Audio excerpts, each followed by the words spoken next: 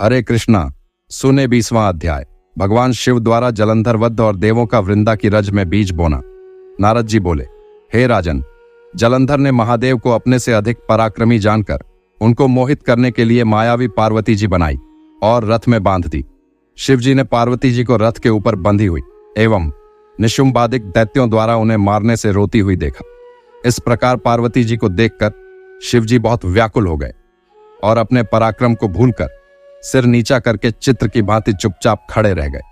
तब जलंधर ने 3 बाण शिव जी के सिर, छाती और पेट में मारे। जब विष्णु जी ने शिव जी की यह दशा देखी तो उन्हें समझाया कि यह सब माया रची है।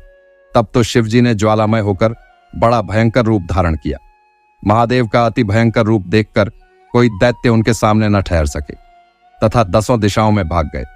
तदनंतर महादेव ने शुंभ निशुंभ दोनों को श्राप दिया कि तुम मेरे युद्ध में से भागे हो, इसीलिए पार्वती के हाथों से मारे जाओगे।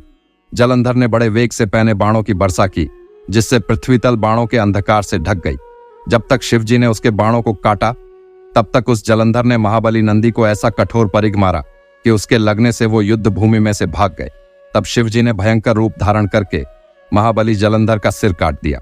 जलंधर का सिर पृथ्वी को घोर शब्दायमान करता हुआ गिरा और उसका तेज शिव जी में लय हो गया तथा वृंदा के शरीर का तेज गौरी में लीन हो गया। यह देखकर ब्रह्मादि देवताओं को बड़ा आनंद हुआ। हरे कृष्णा। सोने कार्तिक मास का 21वां अध्याय। देवताओं द्वारा शिव जी की स्तुति। अब ब्रह्मा आदि देवताओं ने नतमस्तक होकर शंकर जी की बड़ी स्तुति की और कहा, हे प्रभु, आप प्रकृति से परे पार ब्रह्म परमेश्वर हैं। आप निर्गुण निर्विकार व सबके ईश्वर होकर भी नित्य अनेक प्रकार के कर्मों को करते हैं। हे शंकर जी, हम सब ब्रह्मा आदि सब देवता आपके दास हैं। हे देवेश, हे शिव जी, आप प्रसन्न होकर हमारी रक्षा कीजिए। हे नाथ, हम आपकी प्रजा हैं तथा सदा आपकी शरण में रहते हैं। राजा पृथु से नारदा जी ने कहा, जब इस प्रकार ब्रह्मा आदि सब देवताओं और मुनियों ने शिव जी की अनेक प्रकार से स्तुति करके उनके चरण कमलों का ध्यान किया, तब उसे सुन शिव जी बहुत प्रसन्न हुए और सभी इंद्रादि देवताओं को बहुत आशीर्वाद और वर दिया। जलंधर का यह युद्ध चरित्र बड़ा पुण्यप्रद और सब पापों का नाश करने वाला है। जो इस आख्यान को पढ़ेगा या सुनेगा वह सुखों को भोग कर अंत में अमर पद को पाएगा।